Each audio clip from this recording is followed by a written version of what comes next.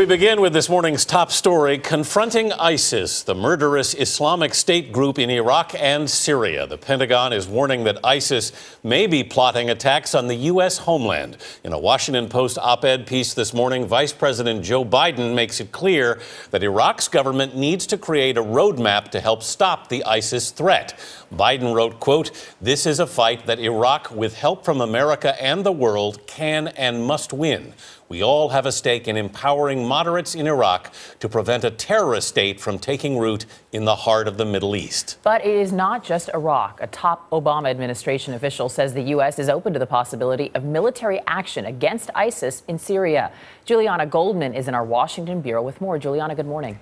Good morning. A senior administration official told me that this week marks, in their words, a point of escalation in the fight against ISIS because of the gruesome beheading of journalist James Foley and the ISIS threats against the U.S. that have to be taken seriously.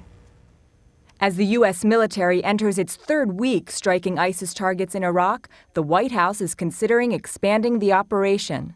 Deputy National Security Advisor Ben Rhodes. We are going to do what is necessary to protect Americans. And so if we see plotting against Americans, we see a threat to the United States emanating from anywhere, we stand ready to take action. We're not going to be restricted by borders. That could mean U.S. military intervention in Syria, where the president has avoided getting involved in the country's 3-year civil war. While no new military options have been presented to the president, Mr. Obama's top military advisor warned this week that ISIS can't be defeated without hitting its fighters inside of Syria. We don't telegraph our punches, but I think you can rest assured that the leadership here in the Pentagon understands the threat posed by this group. Pentagon spokesman Admiral John Kirby says it's not just up to the military. Stopping ISIS requires an international coalition and strengthening Iraq's new government while also providing support to Syria's moderate opposition. We are conducting operations inside Iraq against this group in support of Iraqis and Kurdish forces, but we're not going to be the only tool in the toolbox that can or should be used. James Jeffrey, former U.S. ambassador to Iraq, says the danger from ISIS isn't new. But this week, its savagery hit the world stage. These people are capable of anything. We've long known that.